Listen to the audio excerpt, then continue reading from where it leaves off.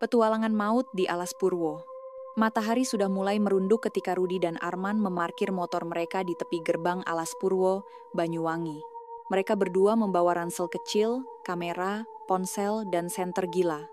Akhirnya kita kesini juga ya, men, kata Rudi sambil menarik napas panjang. Matanya menatap ke dalam hutan lebat yang terkenal angker. Arman tertawa kecil, meski ada nada gugup di suaranya. Iya, Di. Siapa tahu kita ketemu hantu beneran. Bisa viral nih, YouTube kita naik. Rudi mengerutkan kening. Tapi lu inget kan, tempat ini katanya ada kerajaan jin, Nyai Roro Kidul, orang bertapa minta pesugihan? Jangan main-main ya, man. Arman menepuk bahu sahabatnya. Santai bro, kita cuma jalan sebentar, ambil gambar, terus pulang. Mereka melangkah masuk ke hutan. Awalnya, suasana terasa biasa saja, hanya suara dedaunan, jangkrik, dan burung malam. Tapi lama-lama, tanah jadi aneh. Udara terasa dingin, terlalu dingin untuk ukuran tropis. Kabut tipis mulai muncul di antara pepohonan. Men, gue ngerasa dingin banget. Perasaan tadi panas ya, bisik Rudi. Arman hanya mengangguk pelan. Dia mulai merasa ada yang memperhatikan mereka. Beberapa meter di depan, mereka menemukan batu besar dengan sesajen di atasnya. Bunga melati, dupa yang sudah setengah habis, dan sepotong kain kuning. Man, jangan dipegang ya, bisik Rudi.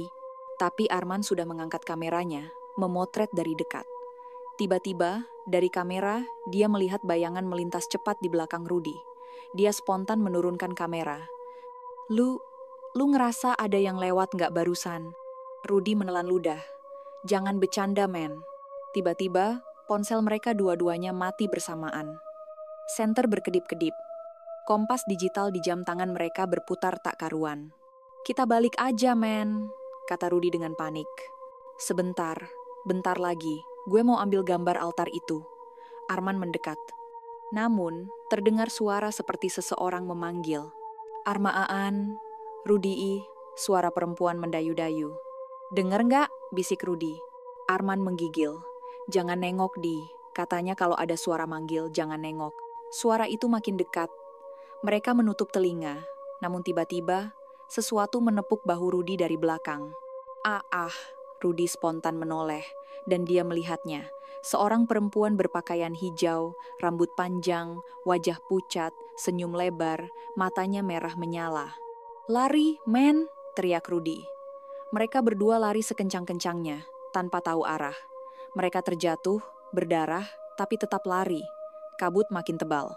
Rudi sempat melihat sosok-sosok bayangan di balik pepohonan, tangan-tangan kecil yang muncul dari tanah, bisikan yang berdesing di telinga. Setelah berlari entah berapa lama, mereka melihat cahaya di kejauhan. Pos pendakian. Dengan napas tersengal-sengal, mereka menerobos keluar dari hutan. Petugas yang berjaga kaget melihat mereka. Kalian dari mana aja?